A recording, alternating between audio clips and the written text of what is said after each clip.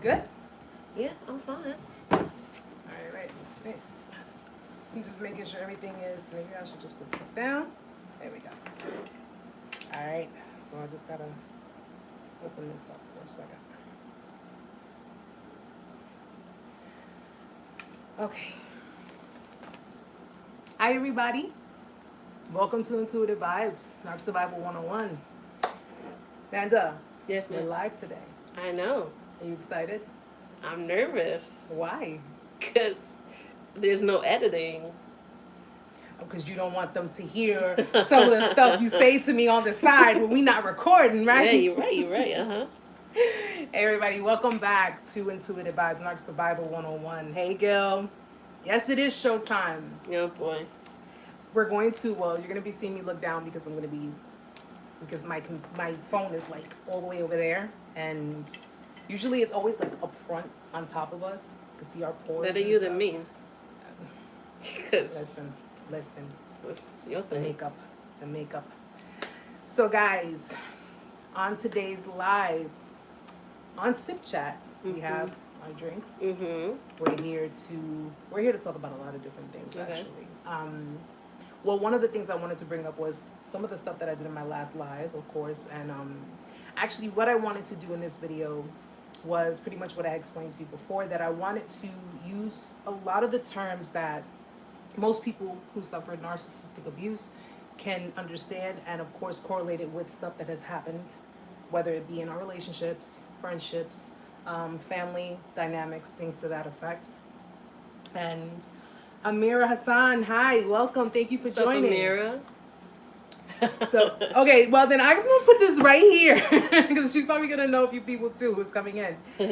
So, in what I wanted to ask you was, Okay. what was the key thing that I have pointed out in last week's live that maybe possibly struck a chord with you? I think what struck a chord with me was a lot of things. I mean, we're constantly talking anyway, so everything you say to me strikes a chord. The discard strikes a chord with me because it's detaching. It's just, and it's quick. You have such a long relationship. I mean, it could be long, it could be short, and it's such an investment. It's so much time, but the discard's so quick. Believe it or not, the discard is quick to you, Yes. to the victim, only because if you knew the amount of time it took for them to set it up to have the discard. The only reason it comes quick to victims is because most victims are unaware. They're unaware of what's going on. They're unaware of, because they're being gaslit. You know, gaslighting is a manipulation tool that a lot of manipulators use to kind of keep you off balance or like keep you off their scent. And the reason it is so quick for you, where you sit there and say to yourself, how the hell did this just happen?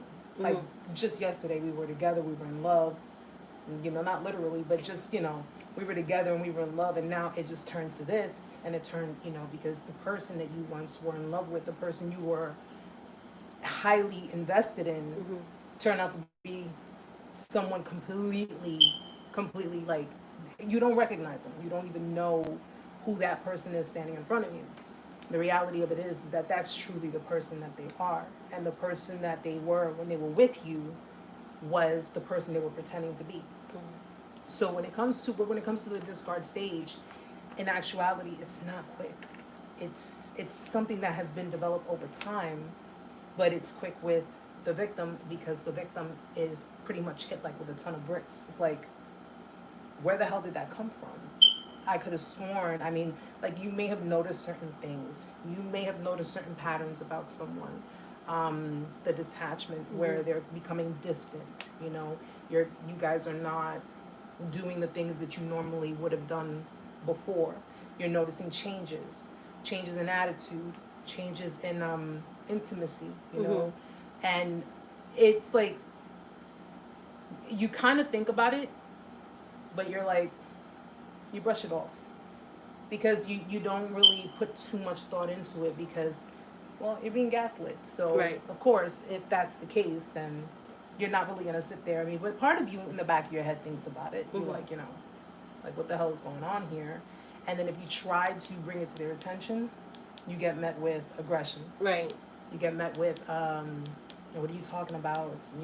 Just deflection on that it's you, not them, and Right. Or if they do admit, which most of them don't, but if they do admit, of course, that's because when they lock in new supply, it's usually it's like, what do I have to hide? I don't have anything to hide anymore because I already got something else in my grasp.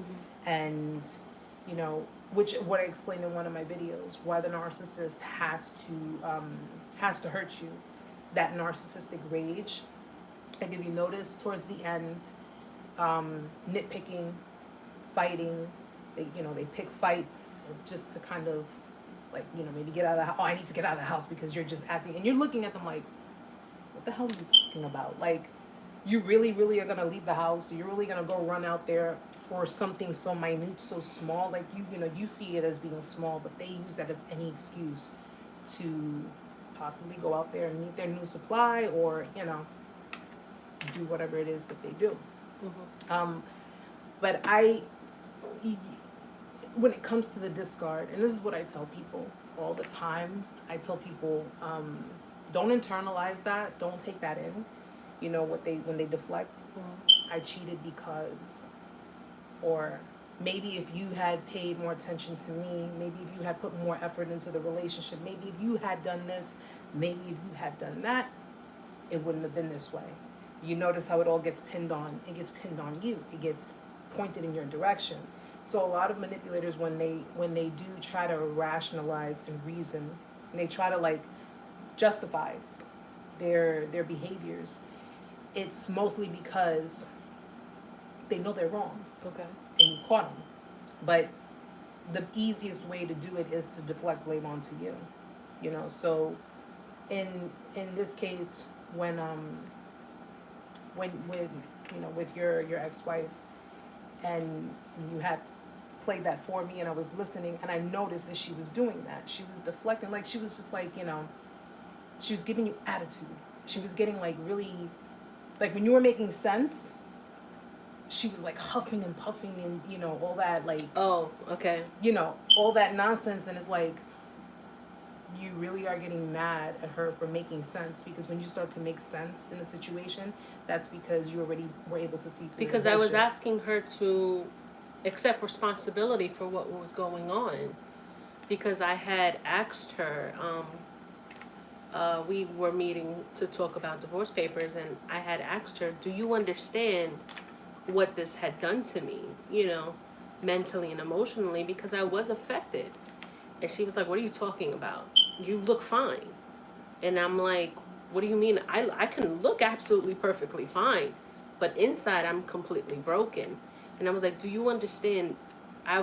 You completely broke me. And she's like, no, I didn't. And I'm like, you're not going to sit here and accept responsibility of what you did to me. And she was like, why should I? I didn't cheat on you. And she got completely annoyed with the fact that I was asking her to accept the responsibility of wanting this marriage to break up. Because I was accepting responsibility of staying there when I shouldn't have, accepting that I let her treat me that way. You were enabling. I was enabling her behavior. I was supplying her the atmosphere to act spoiled and act as if she was entitled to this behavior, and I was supposed to give her those things, not that she had to give me those things back with the respect that I should have had, because I was her wife, I was her partner. It was a 50-50 relationship. I think that's where most victims see where they kind of fudged up, where they messed up. They see it as, I allowed certain things to happen, and because of the fact that I allowed certain things to happen, they're taking it up a notch. What we got to understand when it comes to narcissists is that they're what I call envelope pushers. They push the envelope. They continue to push it because they like to see how far they can go. They like to see how far they can go in getting away with things. And it's to say, for example, if you're dealing with a narcissist and they've obviously showed you one side of them in the beginning, but after a certain amount of time goes by, every so often that mask slips, and every so often little things come out, and even if not intentionally trying to argue, not trying to fight, not trying to do any of that, even if you tell them, well, listen, I want to sit and talk with you about this real quick, if they see that you're pushing them into a corner, they will go clawing and just kind of, like in attack mode, because they think that you're attacking them. Though you are pointing out to them, this is the problem and this is what you're doing. And you need to understand, because narcissists, they don't like criticism. They don't like people telling them what to do. They don't like people telling them, if there is a problem, because they will never take accountability. They don't take accountability. They take credit for successes. Of course they do. But they don't take accountability when there's failures. And if you ever notice yourself around people like that, and that doesn't have to just be in relationships, guys. It can be family. It can be within your friends. Hell, it could be within work, because you could be working with narcissists. It doesn't just limit to love, but it's more common for some reason with romance and family, because you are consistently around these people. You spend more time with them. It's more personal. Right. And, friends are different. I mean, it's, you'll notice certain things about certain friends, maybe things, because when I told you that when you start to elevate in your life, you start to do certain things, when your healing comes into effect and certain things are going on, it's going to change your dynamic with everybody, not just with your relationships, but with everybody. It's going to change, because you have been so accustomed to being in a certain position, in that position of codependency, that now when you start going into your independence and you start acknowledging that you don't need other people to fulfill you, people who gravitate towards you are people that are pretty much appreciative of you and your independence and everything that you have gone through, but you're still able to get through it. But when you start to realize that there are certain people that were only in the mix based on the dynamic that you had with a narcissist, it does change. It changes a lot of dynamics. It's done for me. Like, I've had so many different, like, I honestly, I don't really deal with my family. Okay. And reason being, because I'm not ashamed to say it, there are a lot of narcissists in my family. And there are certain things that they have grown up believing that they should be doing. I don't agree with it. I don't agree with it. I find narcissists to be very hypocritical, very, very contradictory. One of my subscribers mentioned before, they are they're the kings or the queens of the double standard. It's like, I do as I say, not as I do. And I noticed that I have a very big family on, both sides, but this is more pertaining to my mom's side of the family. And I just noticed so much about the dynamics with those people. And I'm like, no, I can't be around people like that. You have to, because it's like leeching, and it sucks life out of you, and you lose investing in yourself. Because you're spending your time as a codependent person, you're trying to make everybody happy. You're trying People to pleaser. you're trying to give. You're spreading yourself thin, and you're trying to just pretty much give to everybody in the dynamic, and yet it does not matter what you do, because when you are dealing with people like this, it's never enough. It's never enough. They're never happy. They're never going to be happy. And I give it to you though, because I'm gonna tell you something. And you guys, most of you who know my content, and most of you know how I feel when it comes to female narcissists, and it comes to narcissism as a whole, when it deals with females. Females are the worst. They're the worst. And we're women. We are women, but we're not like, and I say this with conviction, we're not like a lot of these females. We don't walk around with hidden agendas. I don't walk with a hidden agenda. I mean, the only thing I have as a motive is to go up the block to Dunkin' Donut. Like, I already know what I want for the day, but not when it comes to dealing with someone where I'm gonna walk down the street and be like, who am I gonna shit on now? And who am I gonna, who am I gonna manipulate now? And who am I gonna? No, I'm not. I don't do that. I don't see any reason for doing that. I don't see any need for it. But you have women that are like that, and I'm actually gonna talk about it on my live coming up. Okay.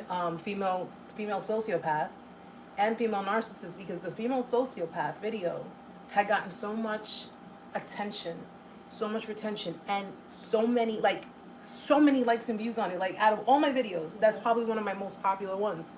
So I'm definitely going to in this week's live talk about the female sociopath, because the sociopath is a darker version of the narcissist.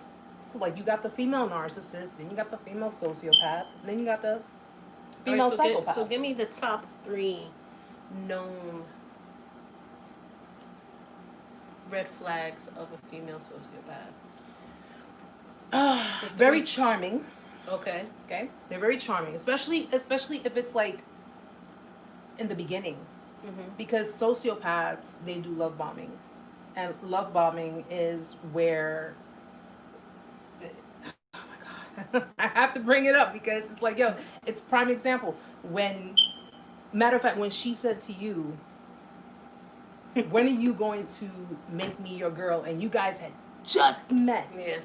You guys just met. She said, when are you going to blow me up? When you gonna? That's a prime example of it, because it's like, okay, I'm so enamored with you. I'm so into you and this and that. And meantime, what she was looking at was, she was looking at a way out from whatever it was that she was dealing with. So she looked at you and for lack of a better phrase, she looked at you like a sucker. Like, this girl can get me out of this situation that I'm not happy in. Whether she was in love, I wouldn't even say that, because they're usually, their emotions are so turned off. Everything is turned off, so it doesn't really matter. But she looked at you as a way to get away from it. Another chess move in her game of narcissism. Yeah, I mean, it's sad. It really, really is sad. And at the end of the day, it's like, when you look at it, you look back at everything. I know it felt real. Like, it felt so real. It felt like this person did love me. This person did want to be with me. It felt just, deep down, it's like, you don't want to believe it. But that's because, much like I said before, that reward and punishment behavior, when you were fulfilling her supply, you were fulfilling her needs, she rewarded you for doing those things. But when you weren't, when you were not adhering to certain things that she wanted, when she wanted them, then you might have gotten the cold shoulder. You might have gotten, just like, I'm just having a bad day and I just don't really feel like, doing anything. She may have withheld sex from you. She may have been, just withdrawn. She may have given you excuses, to certain things. And that's because a lot of the time is when you're not complying with them, when you're not doing something at that precise moment. And don't get me wrong, because as human beings, listen, I don't know about you guys, but intimacy is a very important part when it comes to a relationship. And at the end of the day, if you are withholding intimacy from someone's going to react to it, like, I know for a fact I'd be pretty pissed off. Like, really? I have the Dove body wash and everything. I was ready to go, and this is, and that's a form of control. That's a way to control you mentally. That's a way to control your, and like I said, it's a way to erode your self-esteem. It's to take away from it. So it makes you feel like, damn, am I not good enough? Or what am I doing wrong? That's the first thing you probably thought of. Like, well, she doesn't want X, Y, and Z. Okay, what did I do? And then you sit there and you're compiling different things to do. What can I do? Maybe if I do this, maybe if I do that. Okay, maybe if I go here, maybe if I go there, maybe if I do certain things. And you're like, she has you thinking this way about yourself. And the only thing she had to do was be like, I'm just gonna play this game because that's all it is. It's a game. I've been there. I have been there too. I'm like, I'm sitting there thinking to myself, what is it about me? Why couldn't I be told I was beautiful? I couldn't be told I was beautiful. That was the one thing I used to fight about. Why couldn't you? I mean, when was the last time you told me I was beautiful? Shit, when was the first time you told me I was beautiful? And yet, my self-esteem was, listen, I was already, as a codependent, you're already inherently insecure.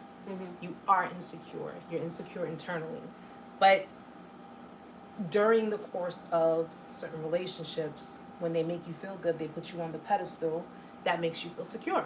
It makes you feel good, And it's to the point where it's just, you rely on it, you expect it. And it's not, listen guys, it's not to say, because see, here's the thing about codependent people. And I'm not, because I gotta give the nitty gritty about one, I gotta do about the other one too. Codependent people can resort to manipulative tactics as well. Codependent people can resort to that as a form of trying to maintain control in a situation, because for fear of losing that dynamic, for fear of losing that person.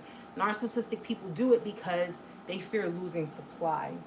Codependent people do it because they fear losing the affection, the attention, the dynamic in a whole. So we got to understand the difference between the two, because a lot of the time, it's just like I said, a narcissist would make you, if you're a codependent or if you were a codependent, they will make you feel like you are the narcissist. You're being the narcissistic one. You're being the unreasonable one.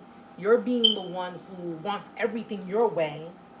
And that's totally not the case. You're not doing it with intention of, I want to control your life. I want to control this dynamic. I want to take over you. You're doing it in, I don't want to lose this. Which is why, as codependents, people who are codependent, they stay in relationships longer than necessary. They deal with verbal abuse, mental abuse, emotional abuse, and they think that it's because they deserve magnificent days. Yes, they do. They do. And codependent people, they think, because a narcissist or manipulator, we're going to go either way, okay? Because even if it's not a narcissist, remember, we have so many different types of manipulators.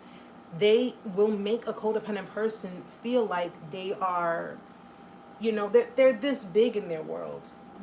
You're this big in a narcissist world, okay? Even though the reality of it is, you are this big. Because you are, as a codependent person, you're a people pleaser. You are the one who would get the shirt off your back.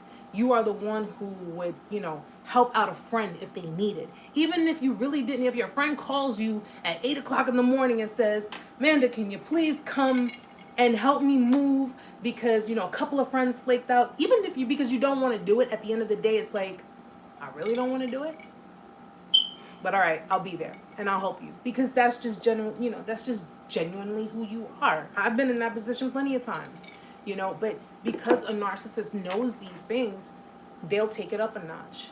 And they're the button pushers, they're the envelope pushers. They want to see how far you are willing to go.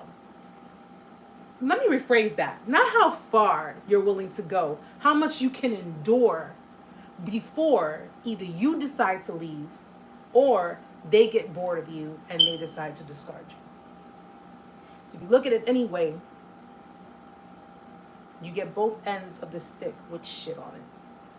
Because it doesn't really matter. Really didn't matter. So you have people, who stay in dynamics because they're afraid. They're afraid of being alone. Codependent people tend to want to be in relationships, even though your relationship lasted longer because, you've been with one person for a long period of time. You have codependent people who go into relationship after relationship because they're afraid of being alone. So it's like, if they went through a narcissistic discard, they'll grieve, but the kind of codependents that don't face their trauma, they just lock it up. And then they go into another relationship. Okay, this relationship is over. What can I do about it? There's nothing I can do about it. This person cheated, lied, blah, blah, blah, whatever. They go into anybody who experiences a relationship with a narcissist, you are bound to experience PTSD. You are bound to experience that. Okay? And I'm going to explain why. First and foremost, being in a relationship with a narcissist, let's go to the beginning.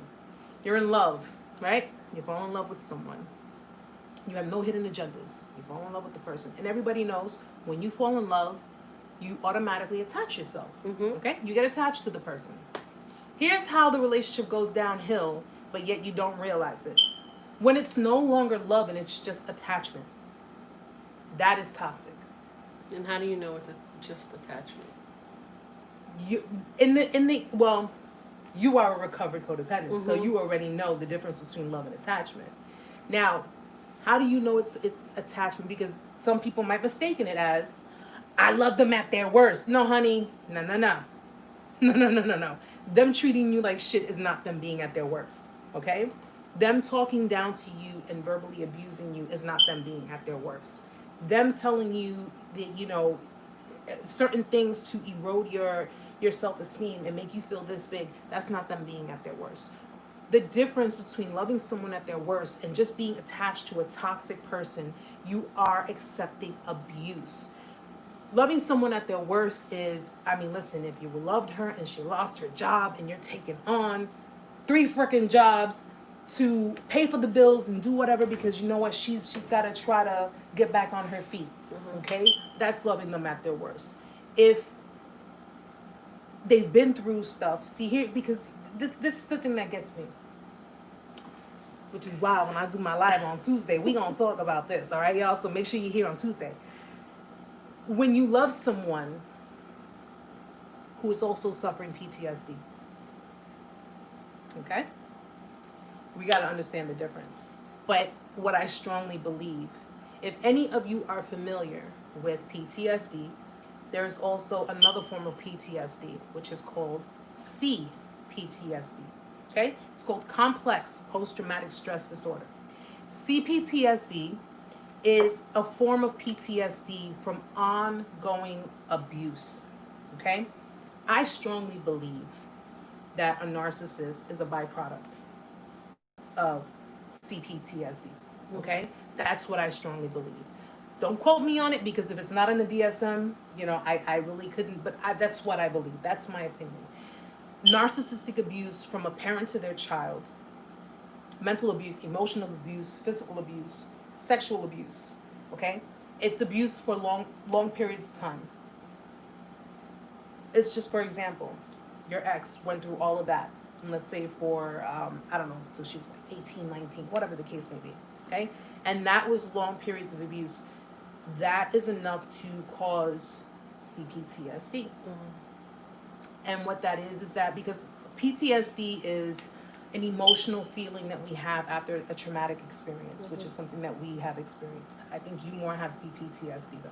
That's my opinion. I'm just saying. That's my opinion. PTSD is after an instant traumatic experience. You understand? A hurricane, car accident. I don't know. You fall off a building and you make it, but you know what I'm saying? That can give you PTSD. CPTSD is when you've been in a dynamic for a long period of time with someone or with other people, and there has been ongoing abuse. Okay? A lot of my subscribers have gone through that, especially with family dynamics, because parents, have inflicted that onto their children.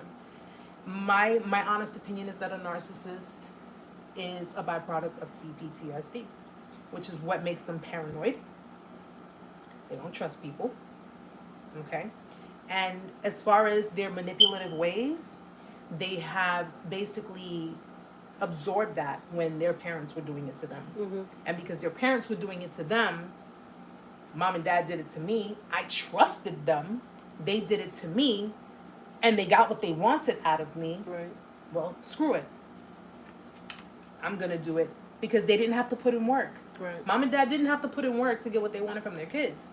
So listen, we all live in America. We all want to get most for less, And unfortunately, you have people who apply that to their relationships. I want to get more for less. So if you're dealing with someone who is, and like I said, I'm not making excuses, but I'm kind of trying to break down the psychology of it. I don't like to make excuses for people because at the end of the day, if you've dealt with a narcissist, they're old enough to know right from wrong. Right. And they're old enough to know what it is they're doing. Break the habit. Break the cycle. Right. She knew what she was doing. And she had a blueprint on where to get it from. Yeah, because she already knew that she took, remember what I said in live, they take your emotions as a form of weakness. So if I you know what I'm saying? That's what they do. And then what did she do? She batted her eyelashes at you. She was a pretty girl. She used her appeal to lure you in. Okay? And then what happened? She got to know you, which she was not very forthcoming, because I call that entrapment. That's another story though. Okay? When you guys read the story that I've written, trust me, I'm for my book, you'll understand what I mean. But she got you. I can't stand you. I cannot. I'll put some law in there, okay? That was entrapment, because if it were up to me, I'd have her arrested, okay? Because all that shit, that was under entrapment. False pretenses, people. All right? And she's lucky that you are who you are, because you know how many people, if she would have met the wrong person and did all of that to the wrong person? I know. Okay? I'm just saying. Anyway. Yo, you're dumb. You're dumb. Anyway, what was I saying? I don't know. Okay, you okay. just, No, I remember that. You didn't go on YouTube, Erica. You went on Erica. Yeah, I go on my little highway every now and then, guys. I gotta reel you back in. But she used all of these things to lure you in, and then what happens? Okay, Awake Now says, very true. My narc ex-parents treated her like crap. She also has an older sister who she was constantly compared to. Yes. What did I say? If she has siblings, right? Because, if you guys haven't already, please look at my narcissistic family video. It gives you the list of different people in the family dynamic of a narcissistic family. And if you've dealt with someone who's a narcissist, you may have dealt with someone who was a codependent, narcissist, a scapegoat, golden child. They have the family mascot. Family mascot? They have the family mascot. What the hell is that? That's like the clown that everybody makes fun of in the family. So what the mascot does is he takes it in. He absorbs that. Those, most of the time, when you see a lot of comedians, I mean, listen, you see a lot of comedians. You don't really know what their lifestyle was growing up, because a lot of comedians were bullied as kids, So, and this is saying, was probably from their own family. So they figured, everybody made them out to be a clown, but they have the family mascot. They got the hero, which is the one who's the caregiver of everybody, taking care of everything. You got the flying monkeys, which are the family members that can, be easily manipulated to, attack on behalf of the narcissist. And you got all these different people in the dynamics. So when, and I ask that, guys, check out that video, please, because that was when I first started, like my beginning stages of narcissism. And I broke down each person's role. And when you're dealing with someone who is a narcissist, you may be dealing with someone who was a scapegoat. You may be dealing with someone who was a golden child. I think, and I bring it back to her, because when you just use my whole relationship. Because listen, with me, honestly, with me, listen, we could talk about me, but I'm gonna tell you right now, after we done, we better be prepared to call an Uber. But anyway. Why? Where we going? We can't go nowhere. Hello. Wait. Oh, I have it there somewhere. You already know I got it. But anyway. No, we can't bring that. No, but that's a weapon. You know what? Then I'll use myself as prime example. No, let's use mine. No, let's trash it. No, even trash it. Listen, she already trashed herself. But anyway, I believe that she was a product of being a golden child. Who? Your ex. I believe that her ego was so inflated. From her father. Doesn't matter from who. Could be mom or dad. But when their ego she can't stand her mother. when their ego is so inflated. Well, maybe, you know what, though, at the end of the day, I don't know, because both her parents could be narcs, so I don't know. But hence the reason why they're not together anymore. Yeah. They could be.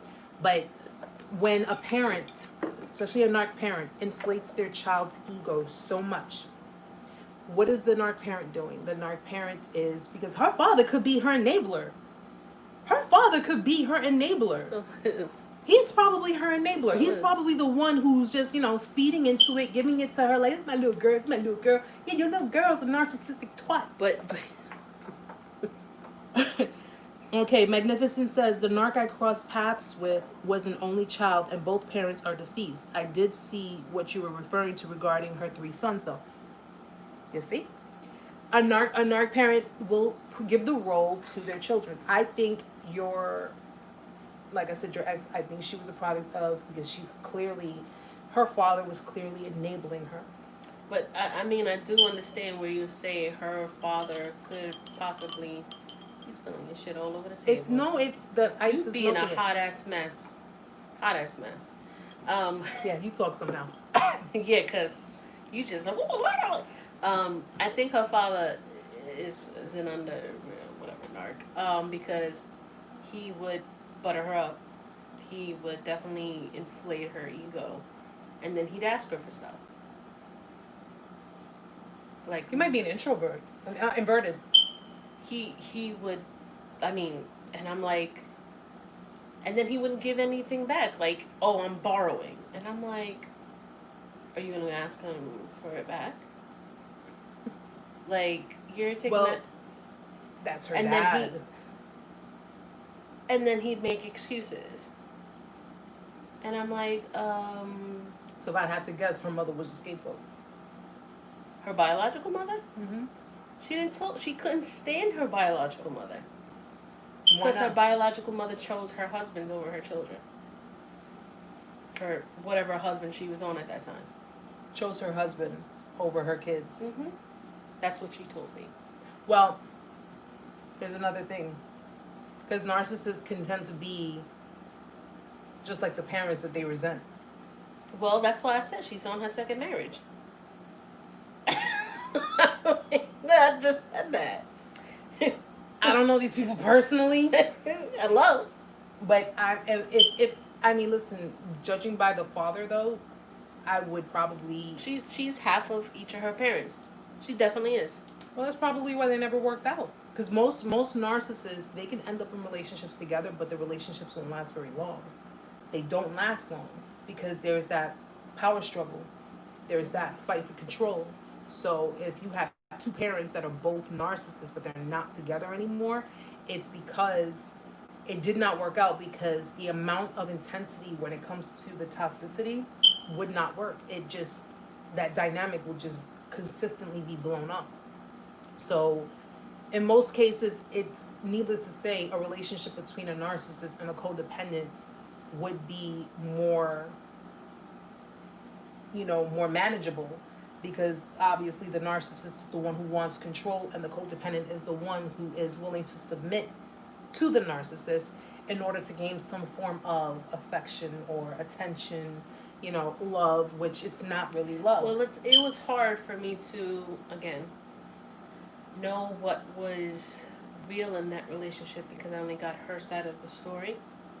I never really got a chance to sit down with them and really, maybe it wasn't my place to. Or maybe they wouldn't have told you the truth. Probably. But I know that they didn't speak. They didn't interact at all. At all. Like, literally, they didn't, nothing. It was basically still, they were adults, in their 20s. And it was, the mother was still trash talking the father. Still, in their 20s, was still trash talking the father. Your father don't do nothing, blah, blah, blah, blah, blah. And I'm like, y'all grown. Like, really? In their 20s? Yeah. Her sister that they shared the same parents. Oh, the siblings. Well, she was telling the sister that shares the relation of the father. It was, I guess, child support. oh, your father don't give me the child support. And I was like, your sister is 18 years old. She has the relationship with your father, not your mother. Why is she still involved in that? And I think they. Well, that was how many years ago, but where your ex comes from, I think it's more it's just so screwed up. Oh yeah. Mm-hmm. The dynamic is so screwed up that. And again, I was too blind to see it then because I was so. Well, you know, I got frustrated when I was writing your story, man. Okay, Because even I in the beginning was like, I want to call her. I was writing her story. I wanted to call you at 2:00 in the morning. Like, what the hell was wrong with you? I was probably up. I was probably up crying or something. Or I think you were in that stage of severe codependency. Because I would remember telling her, I don't know how I got you. I don't know how I got you. You know, and the amazing thing about it is again, in looking at the narcissism, you know, the bottom line though, like I said, everybody knows right from wrong. Okay, so you know when you're hurting someone, you know when you're lying to someone, you know when you're sneaking around, when you're doing all kinds of stuff. All right, and if it's not to get out of, the only time I encourage it, and what do I say, is when it's domestic violence. If you are trying to get out of a relationship filled with domestic violence, if you have to utilize manipulation, utilize it, because that means saving your life, and if you have kids, saving your kids' life. But if you are just hurting someone for your own personal gain because you want to get something out of it, awake now. Narcs have a tendency to ensnare you in a fantasy world of their making. Yep. You get completely wrapped up in your role in their story. Absolutely. Absolutely. Because, you know, they're already setting the stage. Mm-hmm. They're already setting the stage for you. They're setting everything for you. Everybody's been groomed. If you're dealing with a narcissist, their family already knows. Their family knows that they're a narcissist. Mm-hmm. Okay? Their family knows. Mm-hmm. And in actuality, if you are, like, new to the dynamic, it's like a cult looking at sacrifice. It's funny. It's funny that you say that, because when I first met her father, literally, like, the first thing he said to me was, hi, you know, basically. And he was like, whatever it is that you're doing to keep a smile on my daughter's face, keep doing it. Literally, that's what he said to me. Whatever it is that you're doing to keep a smile on my daughter's face, keep doing it. Because he don't want to be the one to do it. Keep doing it. I'm telling you. You were the virgin. I was a fucking sacrifice. You were the sacrifice. Mm-hmm. And at the end of the day, I tell people in my video, is the narcissist new supply, you know, better than you? Because people tend to think that when a narcissist discards them, the supply that they're going for, oh, it must be better than me. People think that way because the narcissist makes you feel that way. Okay, they make you think that way. But because I had noticed, like, if, you know, because you notice when you end relationships with someone, you're ending obviously a relationship with them and their family. You know, because let's face facts, the loyalty is to the person. Their loyalty is to the person. It's expected. It depends though, because you have people who have exes and they are still friends with relatives of the ex, because it's like, okay, you know, what happened between the two of us, you know, may have happened, but if you are still friends with, first of all, I don't advise being friends with anybody's family who's a narcissist. Do not. Don't do it. If I find out you're being friends with people's family members that are narcissists, I'm coming after you. You can't fight everybody. Damn. Don't do it. There's not enough bail money to Number get you out. Number one, that family don't give a shit about you. We keep it at 100 here. But today. You can't fight everybody. No, you ain't a superhero. Everybody. I'm not. I'm just letting you guys know. Damn. Don't be friend them. But if you are that, because that family does not care. They do not care about you. They do the not whole care plan. They know how that person is. They created them. That's where they came from. Hello. There's a root. Just like a tree, that pretty little tree, got roots underneath. That's where it comes from. So if you try to, like, if the narcissist was discarding you, or in the midst of discarding you, or has discarded you, whatever the case may be, and you try to be like, oh, you know, you try to talk to the family members, like, you know, what's going on, and what's, you know, because victims do that when they're confused and they're trying to figure out what's happening, what's going on. I don't get it. I don't understand, but we were so in love. The family? This is the family.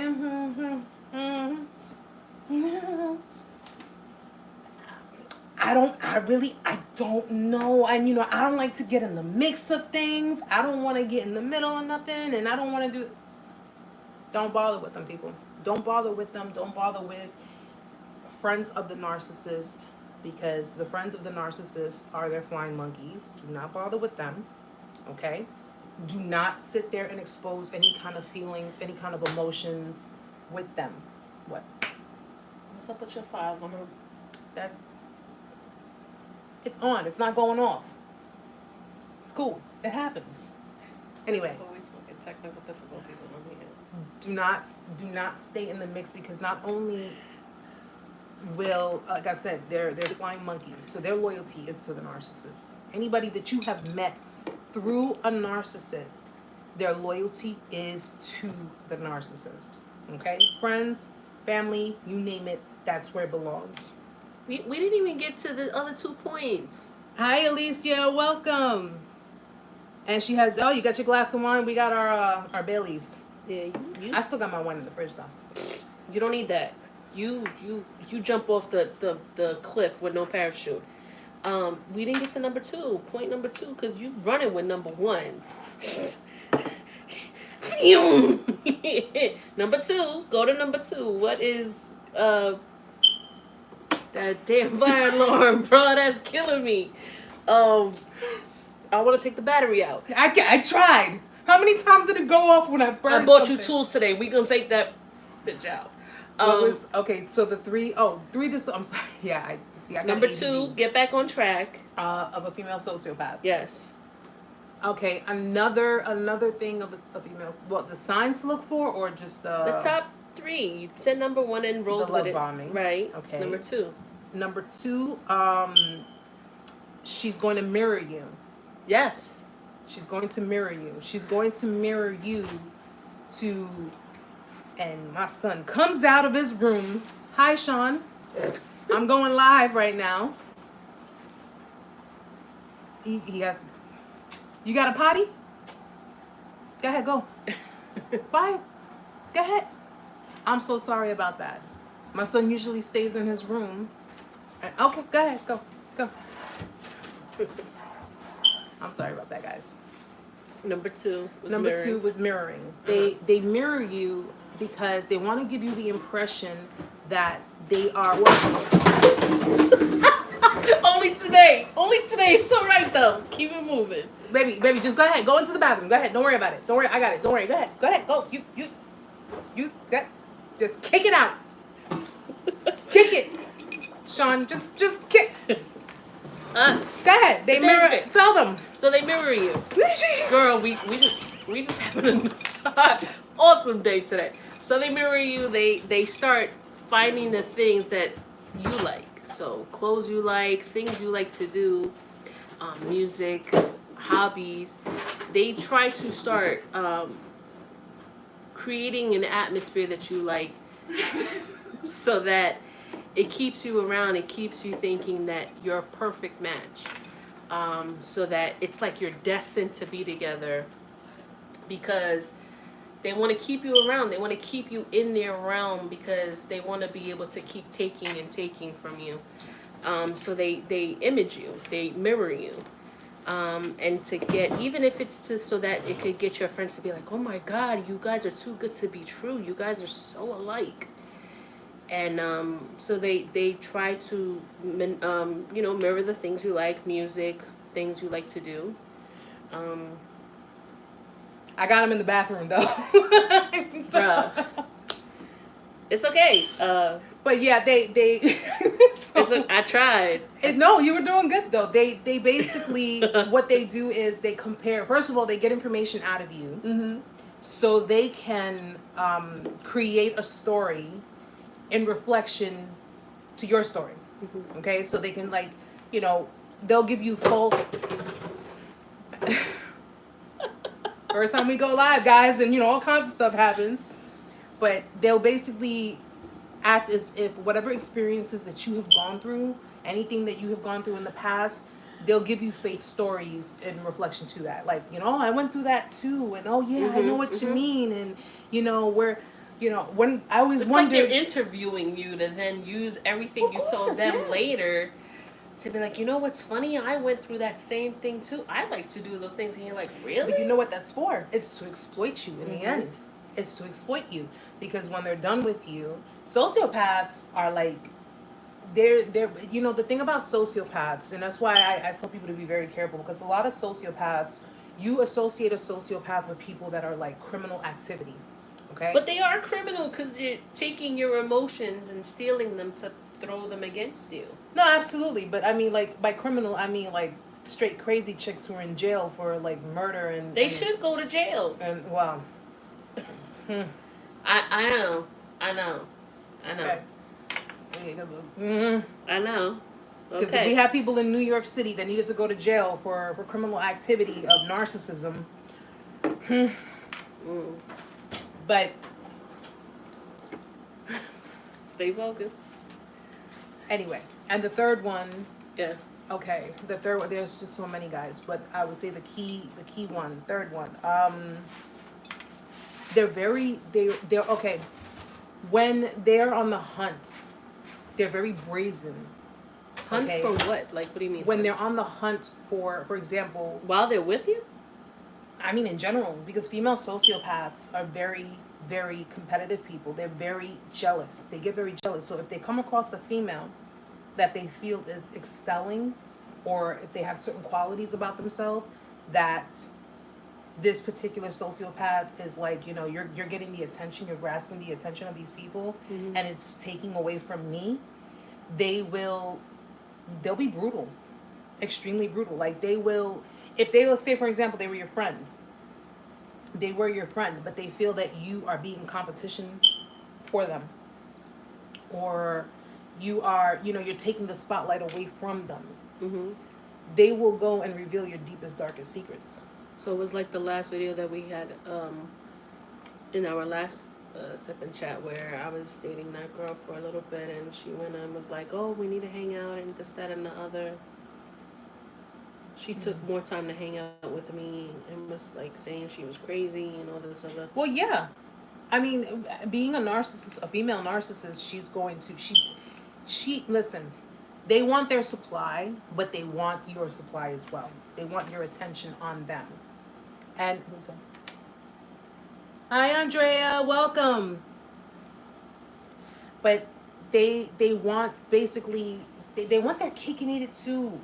That's just how they are. They want to have your attention. They want you to focus on them. They want you to put all of your work, your energy, your resources, money, your time, everything. They want you to put all of that into them. They treat you like dirt, and the reason they do this is because they give this facade that they're so confident. They give this facade they're so confident. And what a lot of narcissists do after, like, for example, when I told you in the video 3 reasons why a narcissist would not Hoover. You know, we know that they Hoover. Why they would not Hoover. Because when they're so embedded in their new supply, they're primarily focused on that new supply, but they do keep an eye on you while they're doing that. But you didn't know that, huh? She was probably keeping an eye on you while she was doing her. They play it off. Oh, they play it off.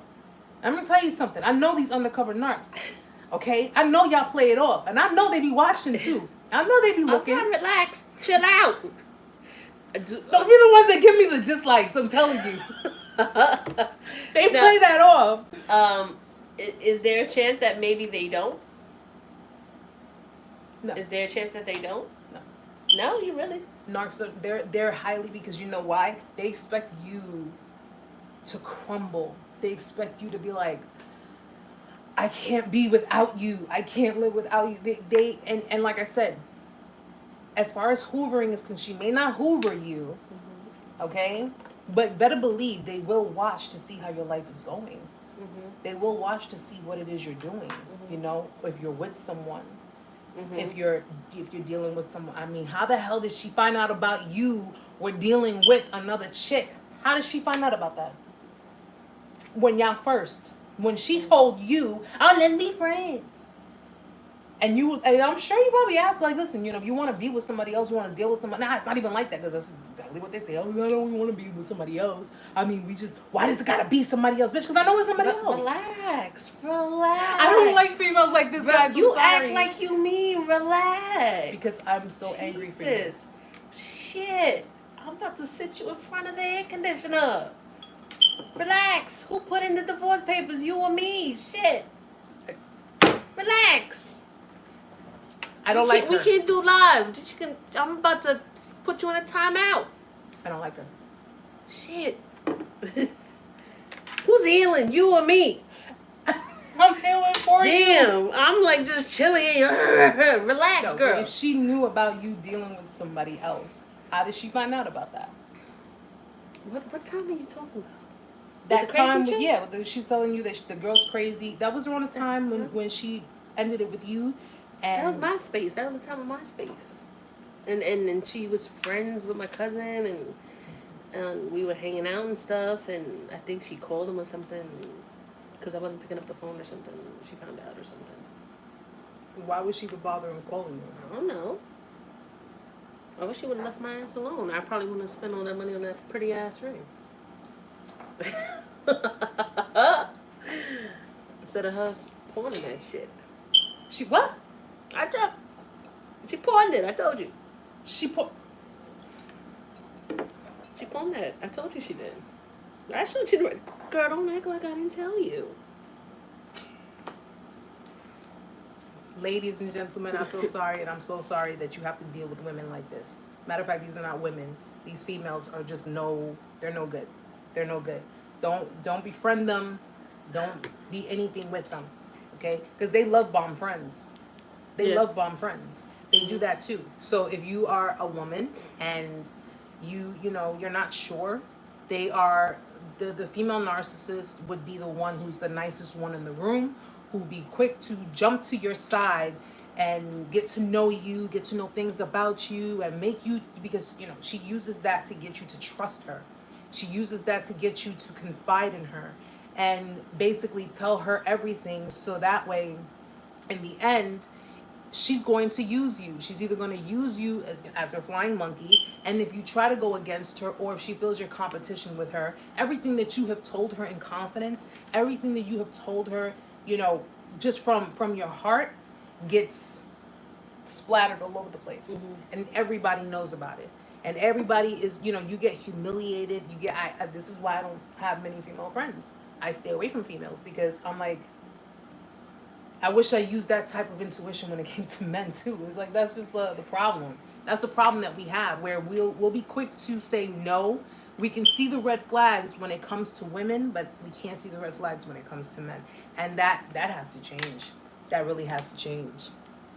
Yep. Keep your circle small. Keep it small. Keep it small.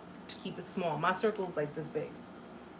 That's how big my circle is. Like, very, very little people. I keep little people. Well, I'm tall. I can't help that. But I speak truth. Mm-hmm. But those are the key things when it comes to dealing with female sociopaths, female narcissists.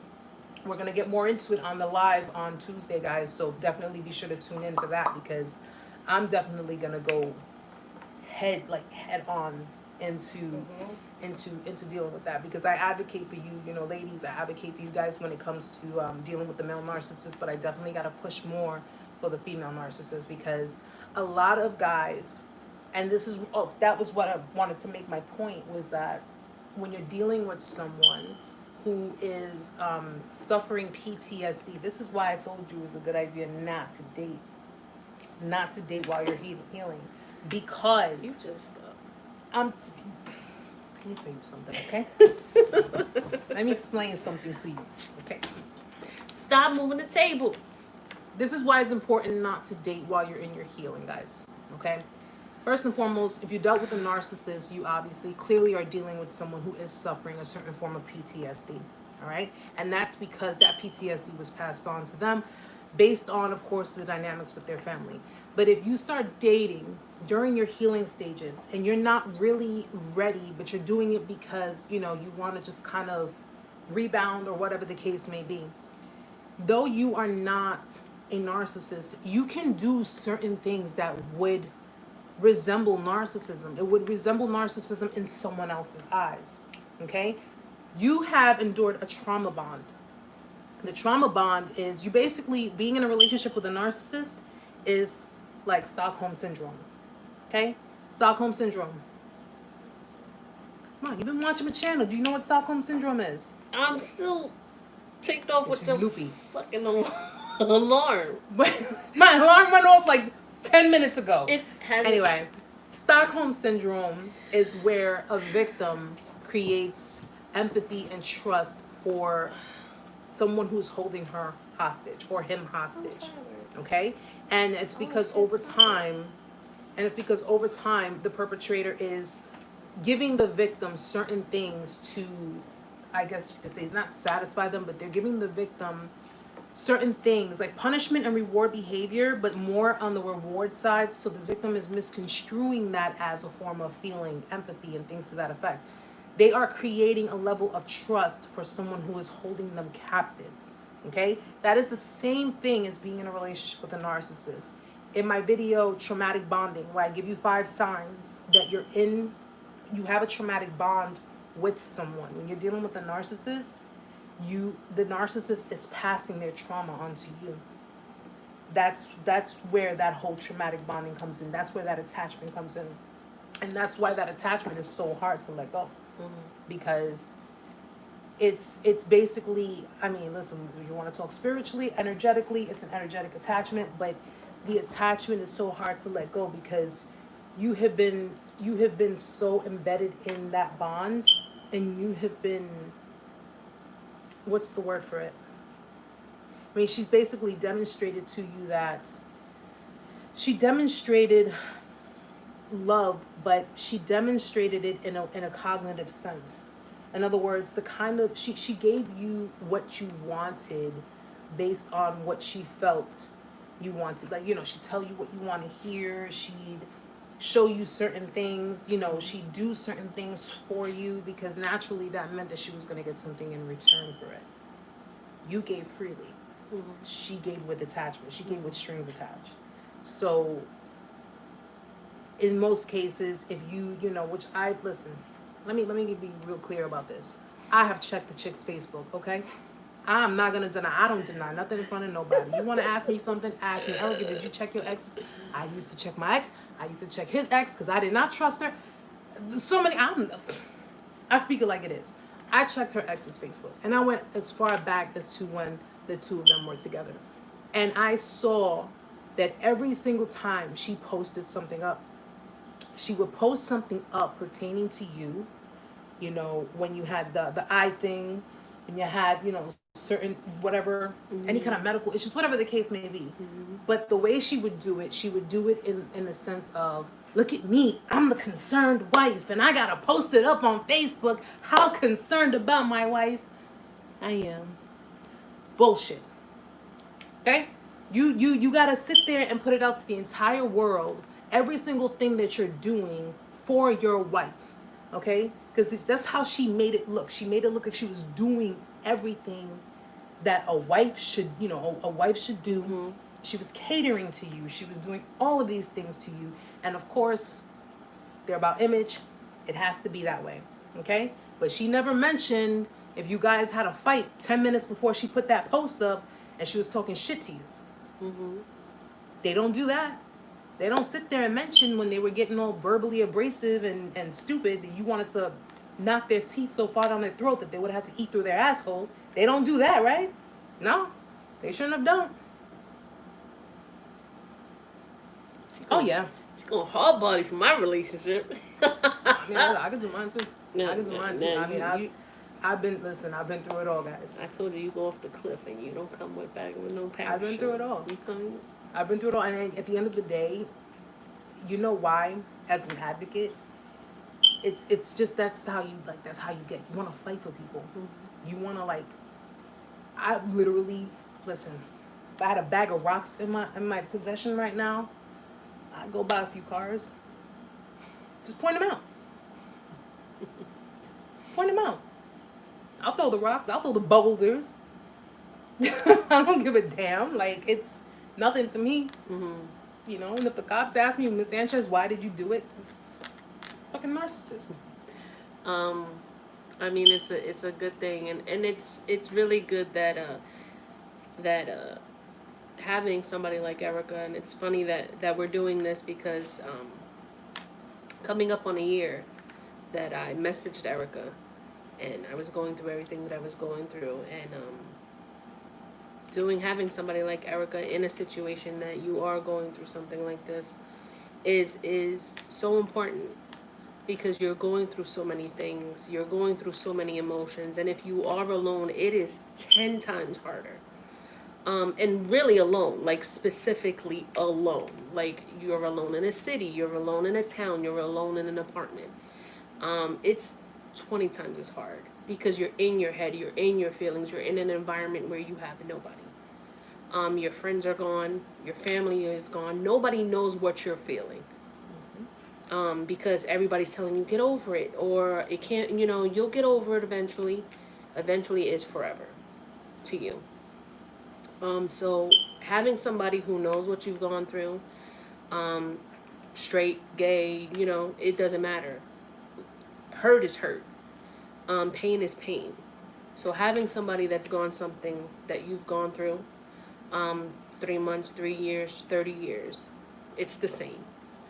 The length of healing is different, but it's the same kind of pain. And if you have somebody that's there for you to be on the phone with, FaceTime, messaging, let them reach out, let them help you, because that conversation can help you on a drastic measure, and you can gain a friendship, you can gain a bond that can last a lifetime, and it could help you with your healing a lot easier than you being absolutely alone.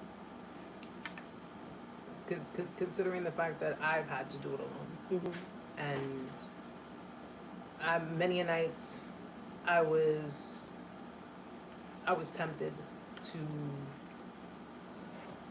climb out of my apartment and crawl up to the roof and just end it, because the pain was so bad.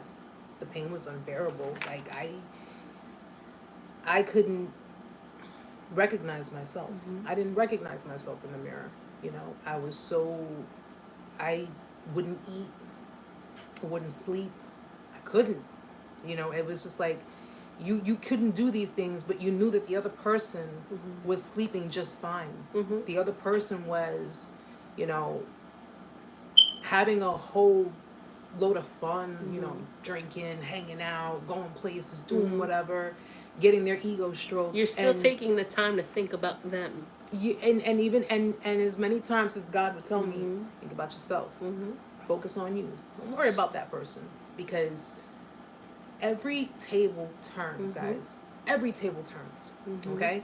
And the people who go out of their way to hurt you and manipulate you and lie to you and make you feel like you're nothing, excuse me, understand that that's how they feel about themselves. That's how they feel about themselves. And all they did was project it onto you. Like, they just basically projected onto you the inner void that they feel within themselves. And sometimes I know the feeling, because sometimes you sit there and you're like, I feel cheated. I feel gypped.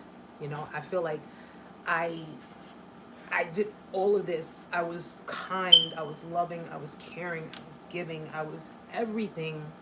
And we weren't perfect, because, guys, if you were codependent, you were not perfect, and you admit to that, you accept that, you take accountability for that. Being a codependent person is not easy. It is not easy, because you don't know you're codependent. You're thinking that this is just the way it is because this was how you were raised to be, just like a narcissist does the same thing. But at the end of the day, one thing I always said is that no matter what, I'm glad when I walk away from situations, I walk away knowing that I was solid. That I was always solid, no matter what. And that's something that you got to take with you. That's the piece that you got to take with you. And one thing to think about also is ask for help. Not just help with people that you speak to. Therapy. Because this is a mental illness. Abuse is a mental illness. You ask for help. Don't ever be afraid to ask for help. Because it eats at you. Not just emotionally, but mentally. Ask for help. Go to therapy. Erica said, just go to therapy. Because sometimes talking to somebody is not enough. You need professional help. Go to therapy. I started therapy 2 weeks ago. And it's just 2 weeks, but it's a different ear hearing me. It's a different person's voice. I get to give a part of my story to somebody else. And it's another piece of me letting go. I'm sorry, let me just acknowledge. So Andrea says, yes, tables turn, karma knocks on their door. That is true. Especially when they're running out of supply. Especially when people are seen through the mask and seeing them for who they truly are. Magnificent says, congrats to you. Andrea, yes, narcissist abuse and domestic violence. Heather, love this channel. Was in a lesbian relationship engagement for 5 years. Was cheated on and lied to. I gave so much. I think she was a covert narc, and I think I'm codependent. And this runs more up your alley, and that what would you, for Heather in her situation, what kind of advice would you give to her? I would just say you have to do for you. That relationship was for what it was.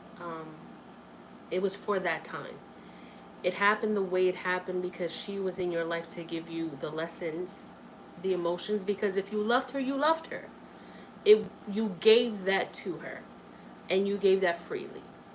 Because if you didn't want to give her that love, it wasn't honest, you would have left. You gave that to her. That was a moment in your life where it was for you to have. Take that, turn it around, love yourself. How you loved her, love yourself. And you have all those lessons, you have all those signs for the next time.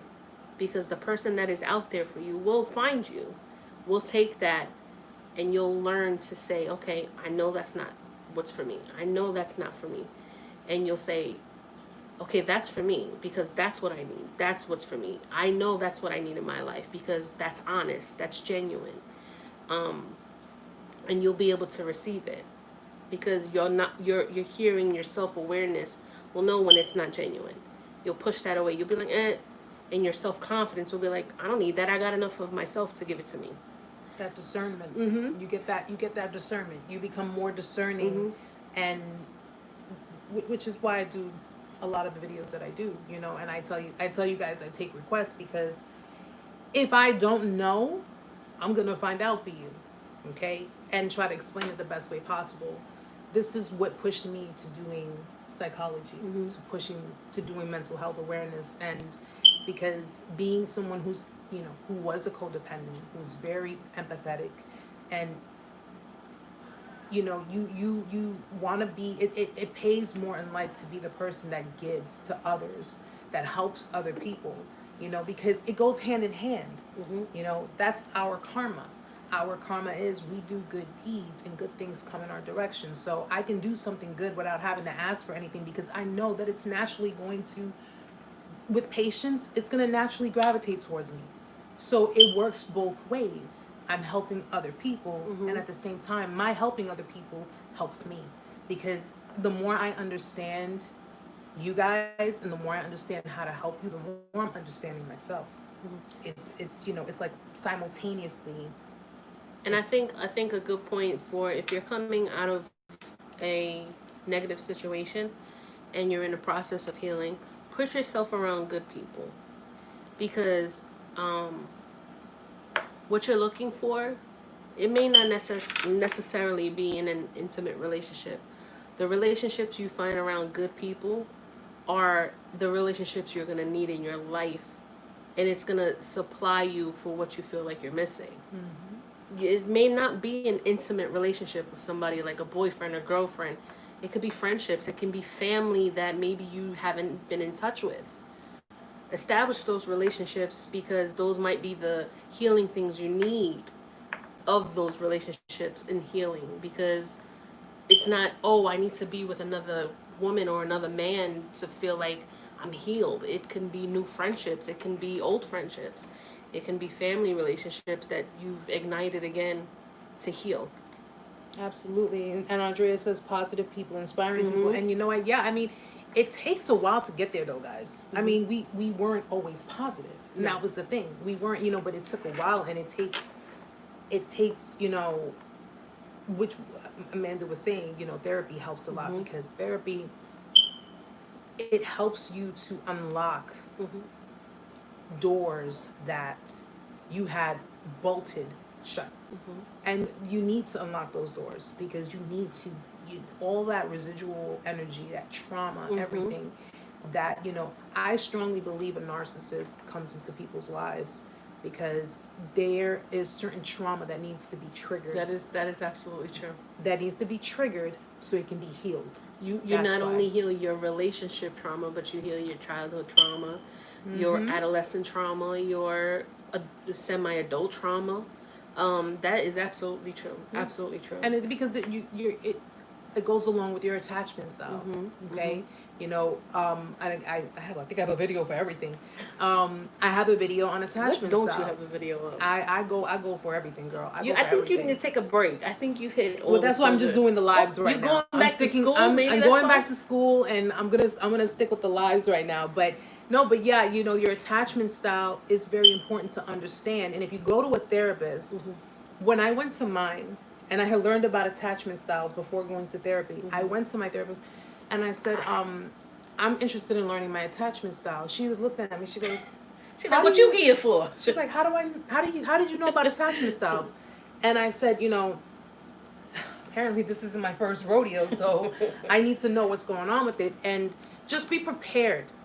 Be prepared for what you're going to face, because facing your trauma, going through the healing is not easy, guys. And it's going to be painful. I'm not going to sugarcoat it for you. It's going to be painful, but it's okay. Cry it out.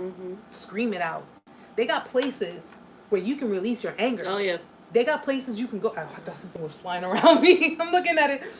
Woo, tripping out. I'm tripping now. That already. Just one drink. But they have places where you can go. I think like in Long Island, but we're in New York. But wherever you can like smash things up. Take you there. We can take me there. I can go there. I can go there. I'd rather smash up things than people. Yeah, but you break everything in the damn room, and they can't have nobody else in there. You break. But everything. They refill it up with stuff. You break everything. They got places you could go where you could smash things up, and if you want to, listen. I'm not saying take a picture of your ex or whoever the hell it is that represents the narcissist, and put it on the thing and just smash. You need to take your shoot off guns. Shoot. You don't want me shooting guns. You want me to shoot guns, but yet you don't want to take me to a place where we can smash things up. She's so opposite. What is wrong with you? We could take a picture of your ex and pew pew. No, that's sociopathic. I'm not doing that. Pew pew. It's okay. It's okay. It is a process. Healing is definitely a process, but it does take time too, guys. The problem that a lot of us have, we're impatient. Like we want to get it done. We want to get it done fast. We want to just get it out of our system. And if you have 20, 30, 40 years of trauma, you're not getting rid of it within a week. It's not going to happen. People are still going to therapy as we speak. Could have been going to therapy for 10, 15 years to release themselves for it. But it doesn't mean that you stop living your life. And it doesn't mean that you stop dating. When you feel comfortable to start dating and start, mingling with people, just remember that you have to be patient with yourself and take time with yourself.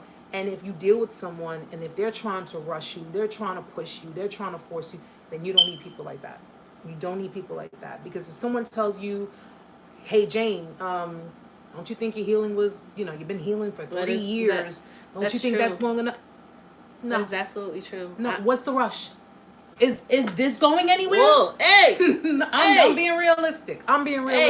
Is it going anywhere? Hey, we all know what that is. It's not going anywhere. We all know what that is. It's not going anywhere. And you know what? Easy. At the end of the day, if this is not going anywhere, because where it goes, I go, and where I go, it goes. We know there. It's all attached. No, because you know why people do that. People do that a lot of the time. Bill Nye, the science guy. No, because it's true. We're being realistic here. We're being realistic. Everybody got body parts. We know what they are. They know how I am. Jesus. And so we're gonna have to put X's up on pieces here. Come on. Everybody knows. You guys already know how I am. You guys already know how. You guys already know how I get down. You know how I get down. You know I'm very honest with you guys. Way too honest. You know what? That's how they need it. For having people in their lives who have not been honest with them, who have been doing nothing but masking and sugarcoating. Okay, You chill out. They need someone to keep it 100 with them, and I'm glad I could be the one to do it. Okay. And even though I talk like, oh, I am from the hood, but anyway.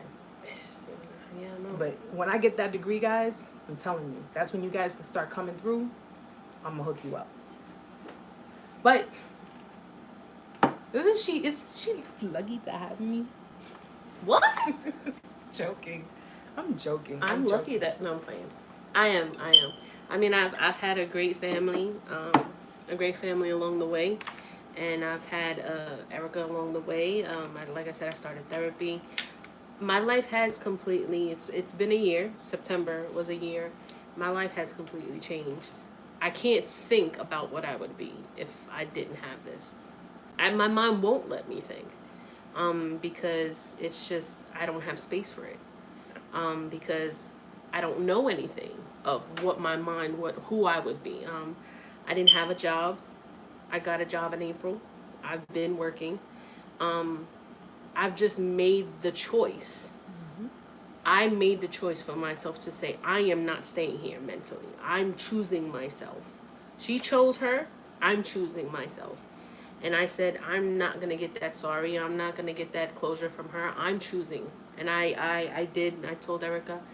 And I told Erica recently, and I told my therapist, she said to me, it's better that you hate me because it'll be easier for me to deal with than for you to forgive me, because then I won't be able to get over it. And I think it was maybe a couple of weeks after I left, and I said, I forgive you. I forgive you for what you did to me. I forgive you for what you put me through.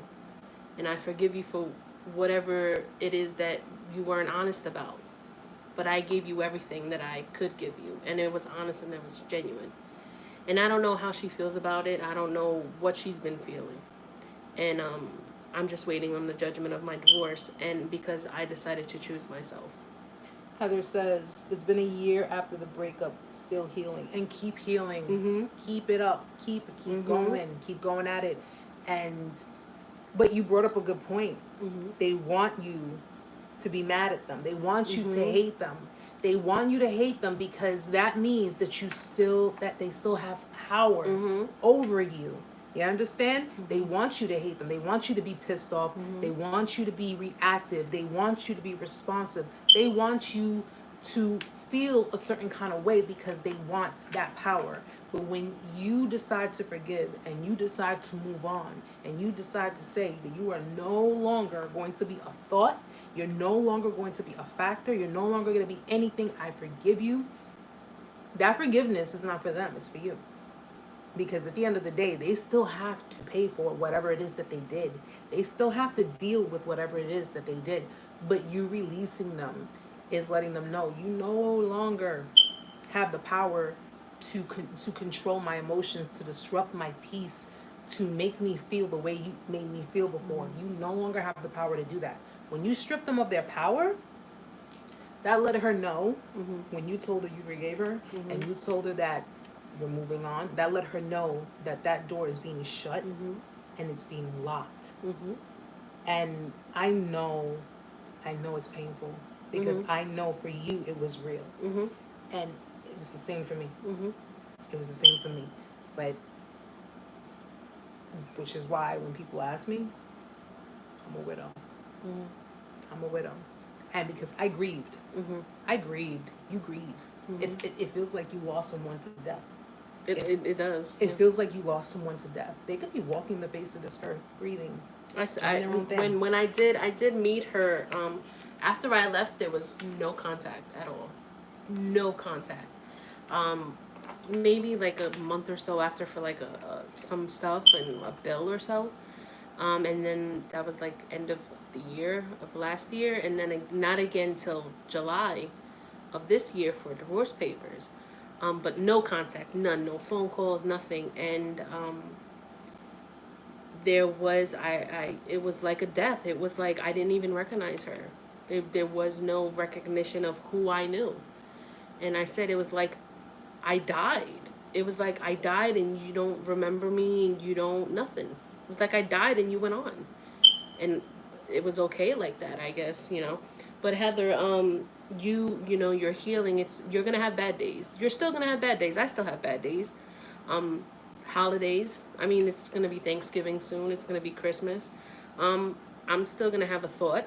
I'm still gonna have, you know, there's certain days I'm still gonna have a thought, but again, it's a thought, and it's a moment, and you take that moment, you have your moment, and you move on. Because whether positive or negative, you are still here. You're in a space where you're not then, and you're alive. You're moving. You're going. You're not hurting. You can move on. Girl, get you one of these. A what? Bachelorette bash. Okay? Bachelorette bash. Get you like 4 or 5 of them. Okay? Invite a few girlfriends over. Ones that you can trust. Well, it's COVID. She can't invite nobody. Or do a Zoom. Y'all each get a glass. Have a drink. You know? Drink nights. Do the Zoom meeting where they have like all the... And... You're encouraging alcohol? Girl. Stay close to where you don't hurt yourself. Do it at home. You're safer at home if you're drinking. You're way safer at home. But yeah, I mean, it's gonna be rough. It's gonna be rough and it's gonna be tough. And exactly, just what Andrea says. Keep your head up and walk proud, because at the end of the day, it changed you for the better. It changed you for the better. What do you say? What's that thing you say? What's that thing you say? People are seasoned for a reason or something. Oh, you be coming up with these phrases. I be coming up with the most cliches. People look at me, they're like, "You just full of cliches." You be watching Medea and be taking Medea phrases. Medea? Yeah, Medea. Well, I mean, what did I tell you? Medea said Jesus had 12 disciplines. Okay, he had 12 disciplines, and that's what does a narcissist do? A narcissist has to have like hundreds of thousands of people like watching them, following them, and doing all kinds of stuff or whatever. All I need are the main people who need the message, who need encouragement, who need it. But the phrase, do not keep people of a season in your life for a lifetime. Okay? If they come into your life for a season, that's all it's meant for. Okay? And the only reason why the discard is so painful when it comes to that point is because all of the red flags that we walk around with rose-tinted glasses. So when you wear rose-tinted glasses, everything looks one color. You can't see a red flag. What if you're colorblind? Are we using literal terms here? I'm talking... What if you colorblind? Metaphorically, you talking literally. I'm just saying. I mean, technically, it would be like being colorblind. I'm just saying. We didn't see the red flags. You didn't. I mean, well, they were there, but it's just. It could have been hurricane flags. They were trying to give you a warning and run out the way. Andrea, cheers, Erica. Got my drink. That's right, girl. That's right. I think I should bring out my wine. No. I'm throwing a flag. Don't do it. Stay with that. That's safe. That's safe drinks. This is Bailey's. It's chocolate milk. It's not chocolate milk. It's whiskey and cream, Irish cream. We've separated from our original drinks. The original drinks bring the worst out of us. Wine compared to your hard liquor? Well, the wine just makes you very chatty. Very chatty. That's okay. That's the whole point. The wine brings the very much of the truth out. But guys, if you're supposed to be chatty, right? No, am I supposed to just sit here and be like, no, right? No. It brings out the hood, Erica. Yeah, girl. Mm-hmm. The hood, Erica. Go back to what episode was that? Was Sip Chat 1, 2? I don't know. You were popping off, girl. Where the light fell over. Listen. Yeah, that one. Mm-hmm. Listen, everybody knows me. No, I don't play that. Mm. I don't play that. Put me in a room with a bunch of narcissists. I'm gonna have a bunch of pissed off narcissists in a room because I'm a ninja like with your words. Ninja. Listen. Andrea, you drink everything? Gilbert wants a virgin Corina. I don't even know what that is. Heather. Kahlua? No, it's Bailey's. No, like, listen, that's perfectly fine. Like I said, as long as you do it safe, do it at home, have your drinks. If you got, like, you know, a yard, or if you have a stay away from balcony. anything dangerous. Yeah, no, I mean, but you know, that's the safest way to do it, is drink at home. And but when you have brought up the holidays too, you know, the holidays can be pretty rough when it comes to while you're in your healing. And that's why I said stay around positive, good people. Not only that, during the holidays, narcissists like to discard around that time too. They like to discard around the holidays, and they do that. I would think they keep you around to get presents. They like to discard because Black Friday, they get all the. Well, you have those real malicious. Get some good presents. That probably made the somatic narcissists. Those are the ones who want, like, expensive stuff, you know, like to buy them things or whatever. But the real malicious narcissists, the ones that are like malignant narcissists, maybe even cerebral, you know, you have the overt narcissists. Why are you making them sound like X-Men? Making them sound, that's what they're called. What are you talking about, making them sound like X-Men? A cerebral narcissist. You really? I'm just looking what's here. Storm, right? Hey, they be shaking shit up.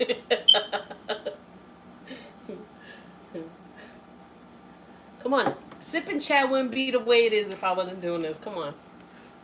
X-Men. Well, that video that I made with the 20 different like, which narcissist are you dealing with? I used the Snapchat filters. Like, I look back and I'm like, how the hell did I do that? Like, really? Okay. My favorite is still Interview with the Narcissist. I think that's probably my favorite video that I did. That one got a lot of reviews because they really thought that I was interviewing. But they drinking. I was interviewing a narcissist. I was depicting a narcissist and playing as a reporter interviewing a narcissist, and that one, believe it or not, triggered a lot of people. It did trigger a lot of people. I mean, you know, I put trigger warnings. I always put trigger warnings, guys. So if you watch through my videos, the ones that have the trigger warnings are the ones that will more than likely bring you back. Just bring you back to whatever that was. But sometimes I need people to be triggered because I need you to understand that these people are real. These types of people are real. And you just got to be careful. Be very extremely careful with the type of people you involve yourself with. Be very careful. Be discerning. Ask questions. And if you ask questions, give it some time. Write it down. You may want to ask the same questions a little later on. Because if the story changes or they gaslight you or they're trying to, at least you know. At least you know what you're dealing with. A damn relationship. Well, I mean, you know what? Because like I said, not everybody's going to be a narc. And not everybody, because you know me, my memory. Look at my memory. Come on. Come on. You're a mother. I am, but it's still, I do have scattered brain. I do have that. And I have ADD, so it's like. What are you telling? And partially dyslexic, I think. Partially. I'm all screwed up, guys. Partially. But just, be more discerning, be more leery, be more, intuitive. Probably good. Probably good. Yeah. I mean, but sometimes we got to be careful with that too. Why? Oftentimes, what we can't mistake our ego with intuition and vice versa. Okay? And I'm going to get into the live. When I do live on Tuesday, I'm going to get into that as well, because we do have 3 different types of traits within our personality. We have the ID, we have the ego, and we have the super ego. We're going to have to walk around with a notepad. You gotta do. 4 of these and 3 of those. Listen, Like I'm going back to school for psychology, so I gotta sit here with books, a laptop, and I gotta go to school. Damn. And I'm giving this free to everybody. So at the end of the day, walk around with taking a couple of notes is not gonna hurt, especially if it means having a very healthy relationship. You're gonna be making a lot of money. I'm gonna have to bring a notepad and 4 of this and 3 of that, and it's like playing the Uno game. Narc vampire. Heather Smith goes Wolverine. See, I told you. Alicia says, Narcs want to make sure you remember the holidays or special days in a bad way. That's why they discard them. Yes. Yeah. They do it because they're sadistic. They'll basically, and you know what, and that's just the sad thing about it. First, and getting into it, well, I'll get into it on Tuesday, but if you've heard of the term Jezebel Spirit, that is a lot of what narcissists walk with. Okay, you know, especially those who believe in God, who are very spiritual. What? No, because I was just remembering a video that she did. With the Jezebel Spirit? No, just random thoughts. What video did I do? No, not you. Oh, okay. But a lot of them walk with the Jezebel Spirit, and that's in the spiritual world. That's pretty much, and like a lot of spiritual narcissists walk with that spirit. So when they go to church, you'll have a lot of them in church. A lot of them go to church. They will go to church, but yet they're, you know, very hypocritical. They do a lot of shaming. They do everything a typical narc does.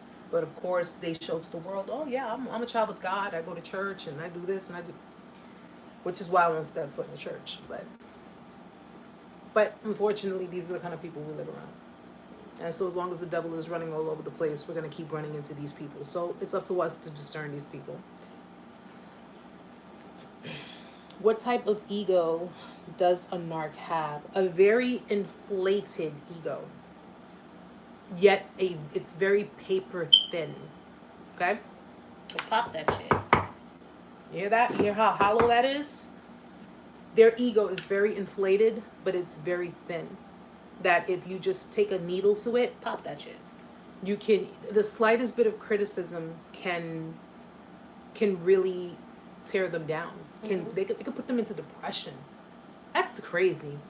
A bit of criticism can put a narcissist into depression because you have made them, you basically have wounded their ego.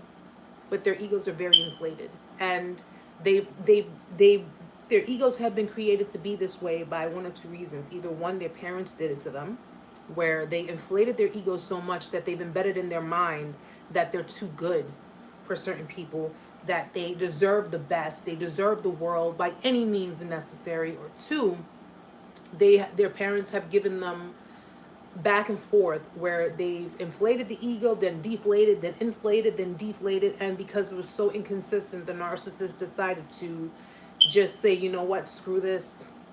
I'm just going to take care of my own ego, and they had to basically inflate their own ego, exceeding the parents, you know, the parents inflating their ego. So they've become very self-centered, very self-absorbed, very just, you know, very selfish. It's all about them, and they don't care about anybody else's feelings. Yes, Awake Now says, narcs love spiritual communities. That's how they get a personal cult going. Yes, it is. My narc went to church with her mom and sister. Hypocrite. Oh, yeah. Yeah. When it comes to them going to church, because remember, narcissists have to give the impression they're normal people. They have to give the impression that they're children of God. Because a lot of people who are associated and affiliated with God are people that most people would want to be around. People that, you know, would want to, they feel that good people are the kind of people that they want to gravitate towards. So if you have a narcissist, you know, listen, I say it this way. Just like the devil can go into heaven, demons can go into a church. Straight up. Because he can. He can enter heaven. So demons can go into a church as well. They do represent someone that they're not, of course, because they're an extension of the idealization of the parents. They are the extension of the parents. Whichever caregiver they had that was a narcissist, that's who they are. They're, what did I say in last week's live? You're not dealing with the person, you're dealing with their parents. You're dealing with what was projected from the parents onto the child. That's what you're dealing with. And it can get kind of confusing, guys, which, again, in this week's live, I'm going into that too. If you're dealing with someone with PTSD, I wanted to add that because someone who has PTSD, just like if someone who is bipolar, but someone who has PTSD can demonstrate certain behaviors that may seem narcissistic, that may look like narcissism, and it doesn't necessarily mean they're a narcissist.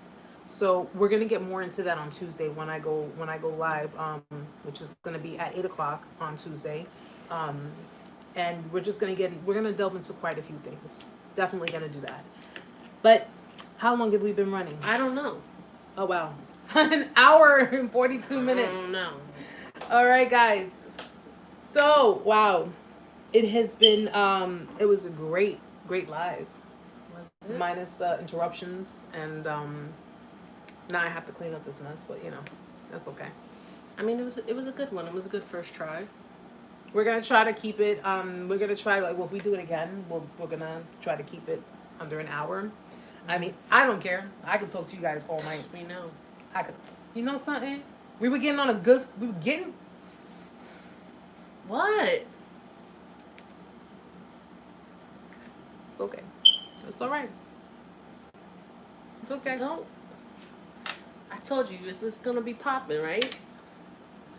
Anyways, thank you, Alicia. Thank you, sweetheart. Thank you guys for joining us. Thank you for chit-chatting with us. I know with this whole election thing going on, probably a lot of people are watching that, so it's going to be streamed. And of course, anybody who did not get a chance to make it will be able to watch it when they when they log on and you gonna when finish it's your drink streamed. tonight, I am or going what? to finish my drink, and I'm making me some more tacos.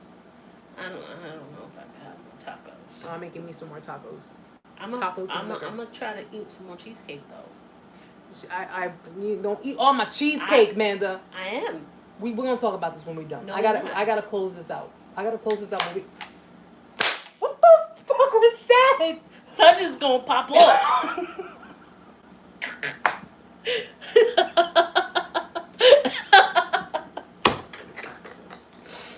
What the hell was that? I told her it was gonna pop off, didn't I?